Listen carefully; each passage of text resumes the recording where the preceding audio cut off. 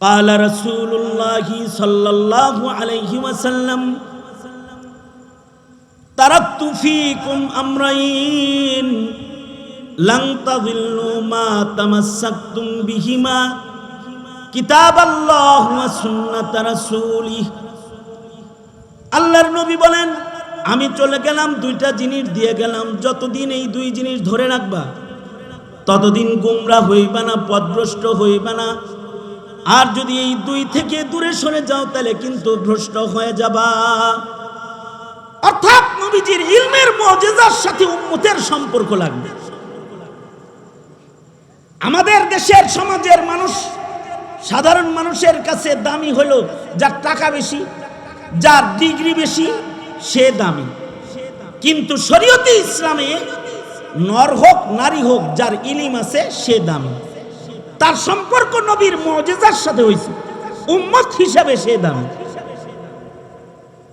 নারী বেশি দামি না পুরুষ বেশি দামি, এই প্রশ্ন যদি আসে তাইলে বলতে হবে ওই নারীর দাম বেশি ওই কোটি পুরুষের চাইতে, যেই পুরুষের সাথে নবীর মুজিজার ছোঁয়া লাগে না।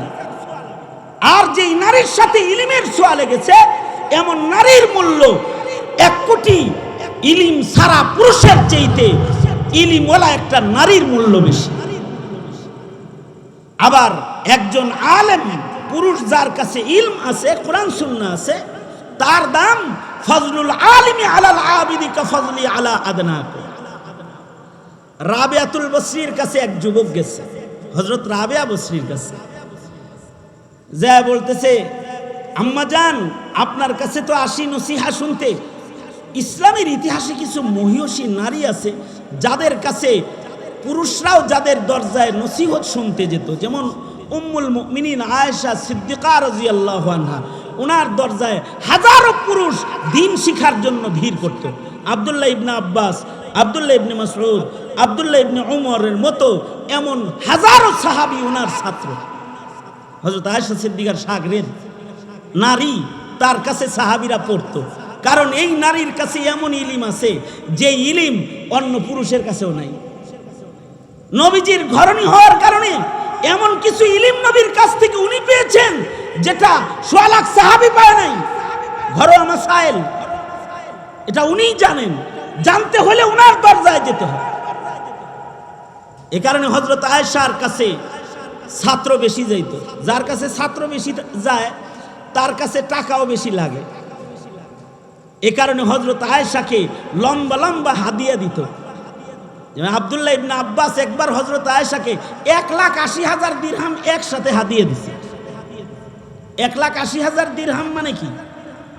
এই জমানার কোটি কোটি টাকা, মানে বস্তা ভরা স্বর্ণ মুদ্রা একসাথে হাদিয়া দিছে। আর উনি কি করছেন, যে ওনার কাছে ইলম শিখতে আসে, দুঃখী মানুষ আসে, দুঃখ বলতে আসে, সকালে বস্তা লয়ে বসছেন, মাগরিবের আগে 1,80,000 বিতরণ শেষ করছেন। মাগরিবের আজান যখন দিছে, তখন খাদেমারে কয় ইফতার দাও, খাদেমা ভাঙ্গা রুটি দিছে। হযরত আয়েশা বলে, ভাঙ্গা রুটি ছাড়া আর কিছু নাই? তো খাদেমা বলে, 1,80,000 বৈশা বৈশা যে ছাত্রগর ভিতরে বিতরণ করলেন আর গরিব মানুষকে দিলেন, তাল ছিল না তখন, ঘরে কিছু নাই? তো হযরত উম্মুল মুমিনিন বলে, আমাকে ওই কথা বলে কষ্ট দিস না, আল্লাহর প্রেমে আমি ভুলে গেছিলাম ঘরে কিছু নাই। একবার আমিরে মুআবিয়া রাদিয়াল্লাহু আনহু বেলা বাজে 2টা 2:30, ওই সময় 1 লাখ দিরহাম ওনার কাছে পাঠাইছে। হযরত আয়েশা 1 লাখ দিরহাম পায় তো অস্থির হয়ে গেছে। আমরা পাইলে তাড়াতাড়ি ঘড়ি দেখতাম যে ব্যাংক বন্ধ হইব কয়টায়। আর হযরত আয়েশা চিন্তা করলেন, বিকালের আগে যদি বিতরণ শেষ করতে না পারি মুসিবত। সাথে সাথে 1 লাখ দিরহাম এটা ভাগ করে উম্মাহাতুল মুমিনিনদের ঘরে হাদিয়া পাঠায়া দিলেন।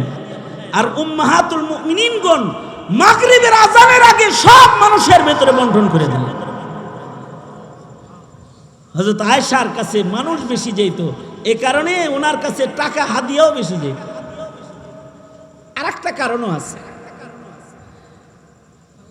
ইয়াকুব নানতুবি রহমতুল্লাহ আলাইহি বলেছেন, আর একটা কারণ হলো হযরত আয়েশা তো নবীর ঘরে আছে, সাহাবীরা বড় বড় টাকার পুটলা আয়েশার ঘরে পাঠাইতো, তার মানে ওখানে হায়াতুন নবী, নবী তো হায়াতুন নবী, নবীরা কবরে জিন্দা। আয়েশার ঘরে পাঠানো মানে জিন্দা নবীর ঘরে টাকা পাঠানো। আল্লাহু আকবার বলেন, জোরে বলেন আল্লাহু আকবার। নবীরা কি কবরে জিন্দা? আমাদের নবী কি কবরে মৃত না জীবিত? হায়াতুন নবী, জীবিত। নবীরা যে হায়াতুন নবী এটা বোঝানোর জন্য কোরআন হাদিসও লাগে না, আমাদের আকাবিরদের ইলম যথেষ্ট। আমাদের আকাবিরদের ইলম শোনো। আমাদের আকাবিররা বলে নবী যে জিন্দা আছে এর তিনটা দলিল নাও, আকলি দলিল। একটা দলিল হইল যে নবীর দেহ মাটির নিচে, উপরেও যেমন ছিল নিচেও তেমন আছে। মৃত মানুষের দেহ মাটি খায়, জীবিতটা খাইতে পারে না। আরেকটা হলো নবীর ইন্তেকালের পরে নবীর মিরাজ বন্টন হয় নাই, বোঝা যায় নবী জীবিত। মরা মানুষের না মিরাজ বন্টন হয়। আরেকটা হলো মানুষ মরে গেলে তার বিবির অন্যত্র বিয়ে হয়।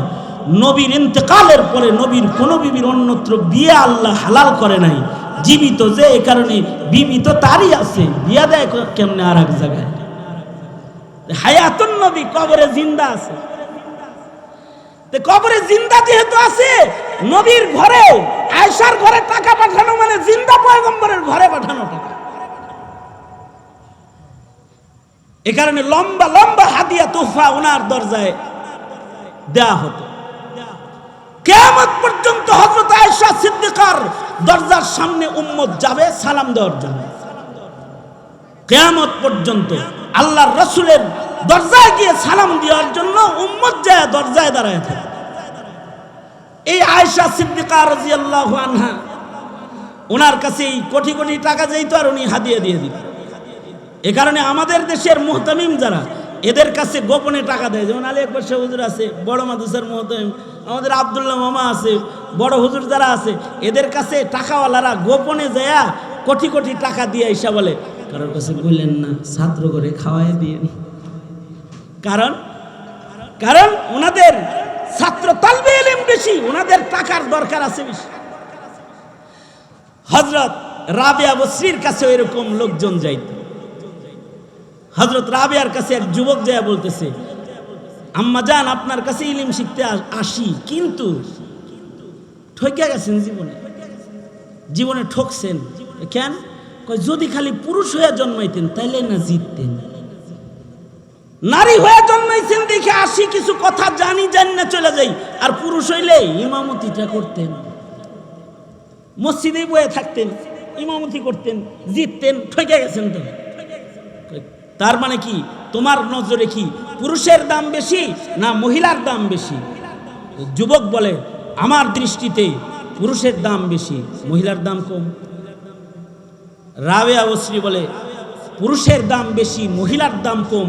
এটার দলিল তোমার কাছে আর কি আছে? এটার একটা দলিল হইল, যেমন আপনারা ইমামতি করতে পারবেন না, আজান দিতে পারবেন না, কিয়ামত পর্যন্ত কোনো বেডি ইমামতি করতে পারতো না, ঠিক না? আজানও দিতে পারতো না। দেখছেন, 1.25 লাখ পয়গম্বর আল্লাহ তাআলা পাঠাইছে, এর একটাও বেডি মানুষ পাঠাইছে না। 1.25 লাখ নবী যা পাঠাইছে সব পুরুষ পাঠাইছে। আর রিজাল কাওয়ামুনা আলান নিসা, পুরুষকে মহিলার উপরে আল্লাহ তাআলা মর্যাদা দান করেছে। আপনি তো ঠকছেন, বেডি মানুষ হইছে। রাবিয়া বসরি যুবকের কথা যেরকম তাকে উত্তর দিতেছেন ওইরকম, কোরআন হাদিস বলে না। আবার ও যেরকম কথা কয় ওর লাগে ওইরকম কথা কয়। তোমার দৃষ্টিতে পুরুষের দাম বেশি, কিন্তু আমার দৃষ্টিতে মহিলার দাম বেশি।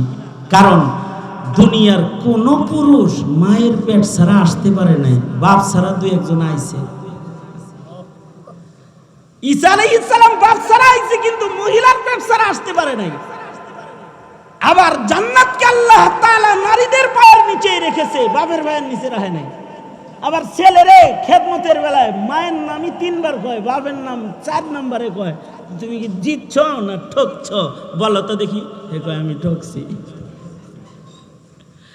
রাবিয়া বসরি বলে আল্লাহর কাছে খিলকাতান কে চামড়া সুন্দর, এটা দিয়ে তার দাম নয়। কে পুরুষ কে মহিলা এটা দিয়া বান্দা বান্দির দাম নয়। আল্লাহর কাছে ঈমান আর আমল দিয়ে বান্দার দাম। আল্লাহর কাছে ইলমের দ্বারাই মানুষের দাম। কুল হাল ইয়াস্তাবিল্লাযীনা ইয়ালামুনা ওয়াল্লাযীনা লা ইয়ালামুন। কোন নারীর কাছে যদি নবীর মুজিজা ইলম থাকে ও নারী দামি, কোন পুরুষের কাছে যদি নবীর মুজিজা ইলম সংরক্ষিত হয় ও পুরুষের মূল্য জমিনের পরে বেড়ে যায়, আল্লাহর কাছে তার দাম হয়ে যায়। রাসূল বলেন ফাজলুল আলিমি আলাল আবিদি কাফজলি আলা আদনাকুম। আল্লাহর রাসূল বলেন, নবীজি বলেন যে সাহাবীরা তোমাদের মাঝে আমার মূল্য যেমন জনসাধারণের মাঝে একজন আলেমের মূল্য তেমন। সুতরাং উম্মতের ভেতরে দামি মানুষ বানাইবার সিলসিলা জারি রাখতে হলে ইলমের চর্চা জারি রাখতে হবে। বর্তমান সময়ের শিক্ষা ব্যবস্থা মুসলমানদেরকে ইলম থেকে দূরে সরায় মূর্খ বানায় সব মুশরিক আর মুরতাদ বানানোর চক্রান্ত করতেছে। উলামায়ে কেরামের শুকরিয়া আদায় করে আপনারা শেষ করতে পারবেন না। এরা মাদ্রাসা জিন্দা রেখে আপনার সন্তানের ঈমান বাঁচানোর চেষ্টা করতেছে, আপনার সন্তানকে রাসূল চিনানোর চেষ্টা করতেছে। যদি এই ইলমের সাথে জাতির সম্পর্ক না থাকে তো জাতি বিভ্রান্ত হয়ে যাবে। হকের উপরে চলা, সিরাতে মুস্তাকিমের উপরে চলার যোগ্যতা এই জাতির আসবে না। আর এই ইলম, নবীর সিরাত, নবীর রেখে যাওয়া কোরআন, এটা নবীর সবচেয়ে বড় মুজিজা। সারা পৃথিবীর সকল বিজ্ঞান আর সকল প্রযুক্তি ব্যবহার করেও নবীর রেখে যাওয়া কোরআন হাদিসকে মিটায়া দেওয়া সম্ভব না। যারা মিটাইতে আসবে তারা মিটে যাবে, কোরআন হাদিস থেকে যাবে। দেখেন না, পৃথিবীর সব জ্ঞান ও বিজ্ঞান কম্পিউটারে ঢুকতেছে আর কোরআন আর হাদিস মাথার ভিতরে ঢুকতেছে। এখনো বাচ্চাদের ভেতরে হাফেজ কোরআনের সংখ্যা বেশি। ছোট ছোট বাচ্চারা কোরআন হাফেজ হইয়া হিফজ কইরা বিশ্ব পুরস্কার নিয়ে আসতেছে। লক্ষ হাদিসের হাফেজ ছোট বাচ্চা পাওয়া যাচ্ছে। এদের লাখ হাদিস মুখস্থ হয়ে গেছে, বাচ্চা বয়স, কিশোর বয়স 1 লাখ হাদিস মুখস্থ এরকম পাওয়া যাচ্ছে। সারা দুনিয়ার জ্ঞান বিজ্ঞান যখন সফটওয়্যারে ঢুকতেছে, তখন আল্লাহ তাআলা কোরআন আর হাদিসকে মানুষের মাথায়, কলবের ভেতরে সংরক্ষণ করতেছে। তার মানে দুনিয়ার সব মিটতে পারে, নবীর মুজিজা কোরআন হাদিস মিটতে পারে না। সুতরাং কোরআন হাদিসের খাদেম হওয়া, মুঈন হওয়া, মুহিব হওয়া, যেটাই হবে ওইটার ভিতরেই ফজিলত। রাসূল বলেন কুন আলিমান আও মুতাআল্লিমান আও মুঈনান আও মুহিব্বান। যে কোনো একটা হয়েও তুমি কোরআন হাদিসের ইলমের সাথে নিজেকে জড়ায় রাখো। সুতরাং এই মাদ্রাসার দেখভাল করব ইনশাআল্লাহ। বলেন, এর মাধ্যমে নবীজির সাথে উম্মতের মুহাব্বত মজবুত হবে। আর এই মাদ্রাসার মাধ্যমে নবীর সিরাত হিফাজত হবে, নবীর রেখে যাওয়া কোরআন হেফাজত হবে। আল্লাহ তাআলা আমাদেরকে আল্লাহর রাসূলের রেখে যাওয়া আমানতের সংরক্ষণ করার তৌফিক দান করুন, আমিন বলেন। সবাই ইস্তিগফার করেন। আস্তাগফিরুল্লাহ রাব্বি মিন কুল্লি যামবি ওয়া আতুবু ইলাইহি লা হাওলা ওয়ালা কুওয়াতা ইল্লা বিল্লাহিল আলিয়্যিল আযীম। আস্তাগফিরুল্লাহাল্লাযী লা ইলাহা ইল্লা হুয়াল হাইয়ুল কাইয়্যুম ওয়া আতুবু ইলাইহি। সবাই সবার জন্য দোয়া করেন, মাদ্রাসার জন্য দোয়া করেন। এই পিছনে কারা, ওগুলো দোয়া করতে বলেন। আমি যখনই বসছি বয়ানে তখন ওদের এখানে লাগাইছেন আপনি। আমার বসানোর পর থেকেই দেখতেছি ওরা লাগছে। দোয়া হবে এখন। কেউ কি আমার কাছে দিবেন? 5 মাসে 5000 টাকা দিয়েন মাদ্রাসা। قال رسول الله صلى الله عليه وسلم تركت فيكم أمرين لن تضلوا ما تمسكتم بهما كتاب الله وسنة رسوله। আল্লাহর নবী বলেন, আমি চলে গেলাম, 2টা জিনিস দিয়ে গেলাম। যতদিন এই 2 জিনিস ধরে রাখবা ততদিন গোমরাহ হইবা না, পথভ্রষ্ট হইবা না। আর যদি এই 2 থেকে দূরে সরে যাও তাহলে কিন্তু ভ্রষ্ট হয়ে যাবা। অর্থাৎ নবীজির ইলমের মুজিজার সাথে উম্মতের সম্পর্ক লাগবে। আমাদের দেশের সমাজের মানুষ সাধারণ মানুষের কাছে দামি হলো যার টাকা বেশি, যার ডিগ্রি বেশি, সে দামি। কিন্তু শরীয়তে ইসলামে নর হোক নারী হোক যার ইলিম আছে সে দামি। তার সম্পর্ক নবীর মুজিজার সাথে হয়েছে, উম্মত হিসাবে সে দামি। নারী বেশি দামি না পুরুষ বেশি দামি, এই প্রশ্ন যদি আসে তাইলে বলতে হবে ওই নারীর দাম বেশি ওই কোটি পুরুষের চাইতে, যেই পুরুষের সাথে নবীর মুজিজার ছোঁয়া লাগে না। আর যেই নারীর সাথে ইলিমের ছোঁয়া লেগেছে এমন নারীর মূল্য 1 কোটি ইলিম সারা পুরুষের চাইতে ইলিমওয়ালা একটা নারীর মূল্য বেশি। আবার একজন আলেম পুরুষ যার কাছে ইলম আছে, কোরআন সুন্নাহ আছে, তার দাম ফজলুল আলিমি আলাল আবিদি কা ফজলি আলা আদনাকুম। রাবিয়াতুল বসরির কাছে এক যুবক গেছে, হযরত রাবিয়া বসরির কাছে যা বলতেছে, আম্মা জান আপনার কাছে তো আসি নসিহা শুনতে।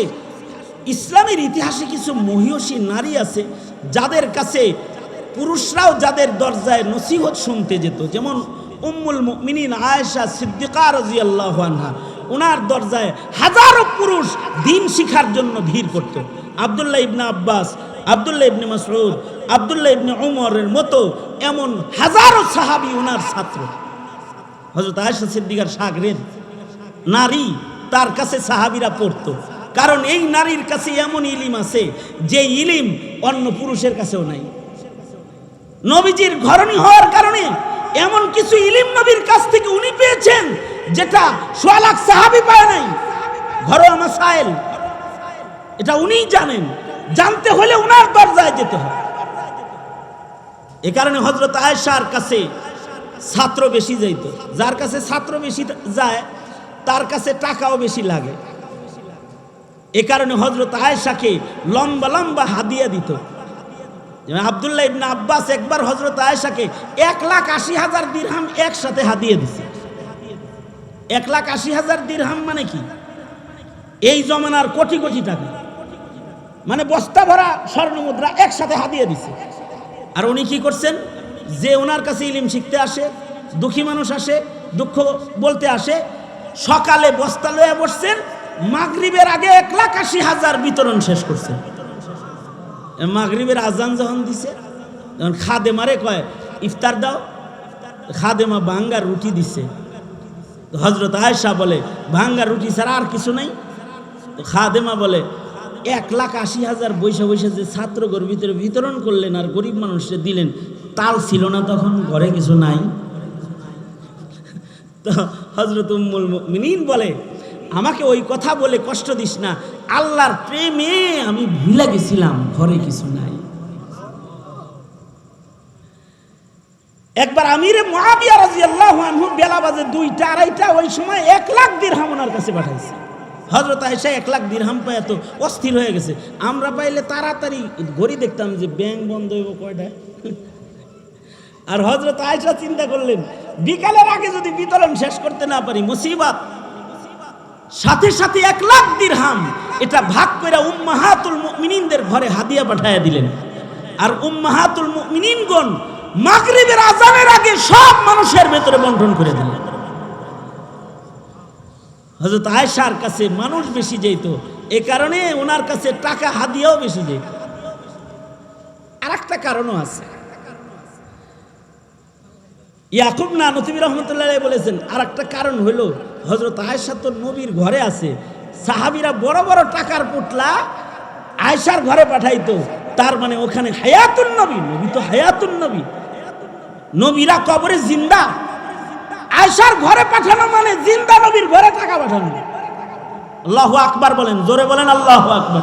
নবীরা কি কবরে জিন্দা? আমাদের নবী কি কবরে মৃত না জীবিত? হায়াতুন নবী, জীবিত। নবীরা যে হায়াতুন নবী এটা বোঝানোর জন্য কোরআন হাদিসও লাগে না, আমাদের আকাবিরদের ইলম যথেষ্ট। আমাদের আকাবিরদের ইলম শোনো। আমাদের আকাবিররা বলে নবী যে জিন্দা আছে এর 3টা দলিল নাও, আকলি দলিল।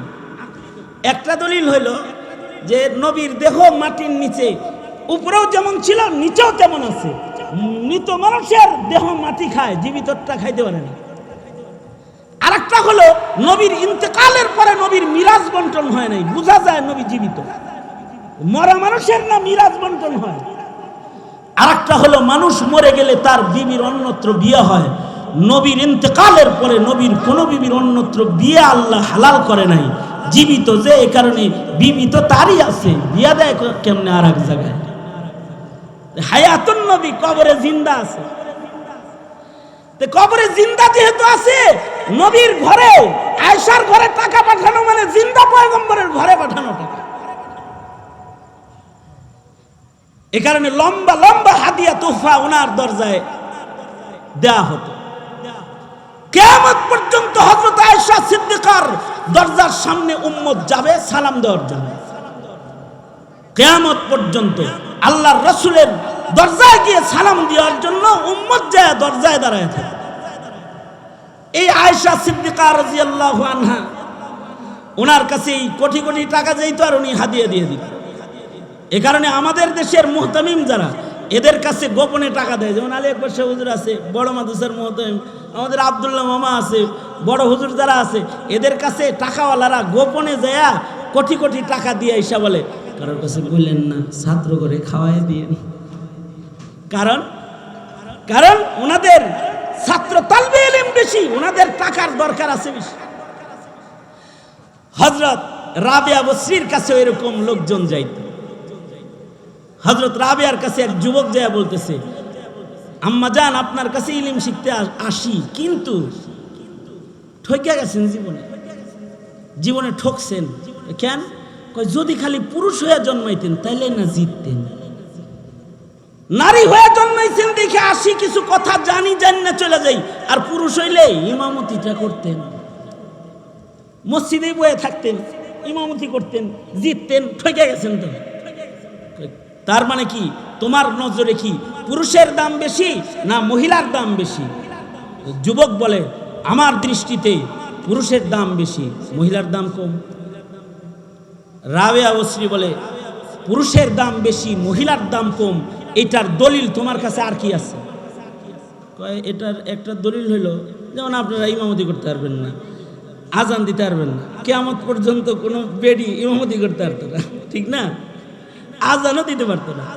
দেখছেন, 1.25 লাখ পয়গম্বর আল্লাহ তাআলা পাঠাইছে, এর একটাও বেডি মানুষ পাঠাইছে না। 1.25 লাখ নবী যা পাঠাইছে সব পুরুষ পাঠাইছে। আর রিজাল কাওয়ামুন আলান নিসা, পুরুষকে মহিলার উপরে আল্লাহ তাআলা মর্যাদা দান করেছে। আপনি তো ঠকছেন, বেডি মানুষ হইছে। রাবিয়া বসরি যুবকের কথা যেরকম, তাকে উত্তর দিতেছেন ওইরকম। কোরআন হাদিস বলে না, আবার ও যেরকম কথা কয় ওর লাগে ওইরকম কথা কয়। তোমার দৃষ্টিতে পুরুষের দাম বেশি, কিন্তু আমার দৃষ্টিতে মহিলার দাম বেশি। কারণ দুনিয়ার কোন পুরুষ মায়ের পেট ছাড়া আসতে পারে নাই, বাপ ছাড়া 2-1 আইছে। ঈসা আলাইহিস সালাম বাপ ছাড়া আইছে, কিন্তু মহিলার পেট ছাড়া আসতে পারে নাই। আবার জান্নাতকে আল্লাহ তাআলা নারীদের পায়ের নিচে রেখেছে, বাপের পায়ের নিচে রাখে নাই। আবার ছেলেরে খেদমতের বেলায় মায়ের নামই 3 বার কয়, বাপের নাম 4 নম্বরে কয়। তুমি কি জিতছ না ঠকছ বলো তো দেখি?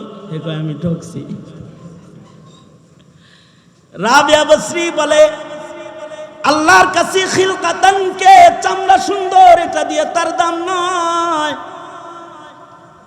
কে পুরুষ কে মহিলা, এটা দিয়ে বান্দা বান্দির দাম নয়।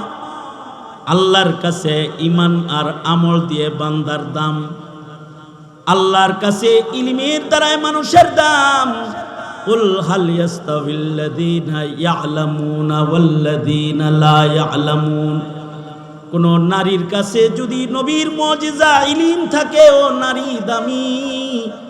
কোন পুরুষের কাছে যদি নবীর মুজিজা ইলম সংরক্ষিত হয়, ও পুরুষের মূল্য জমিনের পরে বেড়ে যায়, আল্লাহর কাছে তার দাম হয়ে যায়। রাসূল বলেন, ফাজলুল আলিমি আলাল আবিদি কাফাজলি আলা আদনাকুম। আল্লাহর রাসূল বলেন, নবীজি বলেন যে সাহাবীরা, তোমাদের মাঝে আমার মূল্য যেমন জনসাধারণের মাঝে একজন আলেমের মূল্য তেমন। সুতরাং উম্মতের ভেতরে দামি মানুষ বানাইবার সিলসিলা জারি রাখতে হলে ইলমের চর্চা জারি রাখতে হবে। বর্তমান সময়ের শিক্ষা ব্যবস্থা মুসলমানদেরকে ইলম থেকে দূরে সরায় মূর্খ বানায় সব মুশরিক আর মুরতাদ বানানোর চক্রান্ত করতেছে। উলামায়ে কেরামের শুকরিয়া আদায় করে আপনারা শেষ করতে পারবেন না। এরা মাদ্রাসা জিন্দা রেখে আপনার সন্তানের ঈমান বাঁচানোর চেষ্টা করতেছে, আপনার সন্তানকে রাসূল চিনানোর চেষ্টা করতেছে। যদি এই ইলমের সাথে জাতির সম্পর্ক না থাকে তো জাতি বিভ্রান্ত হয়ে যাবে। হকের উপরে চলা, সিরাতে মুস্তাকিমের উপরে চলার যোগ্যতা এই জাতির আসবে না। আর এই ইলম, নবীর সিরাত, নবীর রেখে যাওয়া কোরআন, এটা নবীর সবচেয়ে বড় মুজিজা। সারা পৃথিবীর সকল বিজ্ঞান আর সকল প্রযুক্তি ব্যবহার করেও নবীর রেখে যাওয়া কোরআন হাদিসকে মিটায়া দেওয়া সম্ভব না। যারা মিটাইতে আসবে তারা মিটে যাবে, কোরআন হাদিস থেকে যাবে। দেখেন না, পৃথিবীর সব জ্ঞান বিজ্ঞান কম্পিউটারে ঢুকতেছে আর কোরআন আর হাদিস মাথার ভিতরে ঢুকতেছে। এখনো বাচ্চাদের ভেতরে হাফেজে কোরআনের সংখ্যা বেশি। ছোট ছোট বাচ্চারা কোরআন হাফেজ হইয়া হিফজ কইরা বিশ্ব পুরস্কার নিয়ে আসতেছে। লক্ষ হাদিসের হাফেজ ছোট বাচ্চা পাওয়া যাচ্ছে। এদের লাখ হাদিস মুখস্থ হয়ে গেছে। বাচ্চা বয়স, কিশোর বয়স 1 লাখ হাদিস মুখস্থ এরকম পাওয়া যাচ্ছে। সারা দুনিয়ার জ্ঞান বিজ্ঞান যখন সফটওয়্যারে ঢুকতেছে তখন আল্লাহ তাআলা কোরআন আর হাদিসকে মানুষের মাথায়, কলবের ভেতরে সংরক্ষণ করতেছে। তার মানে দুনিয়ার সব মিটতে পারে, নবীর মুজিজা কোরআন হাদিস মিটতে পারে না। সুতরাং কোরআন হাদিসের খাদেম হওয়া, মুঈন হওয়া, মুহিব হওয়া, যেটাই হবে ওইটার ভিতরেই ফজিলত। রাসূল বলেন, কুন আলিমান আও মুতাআল্লিমান আও মুঈনান আও মুহিব্বান।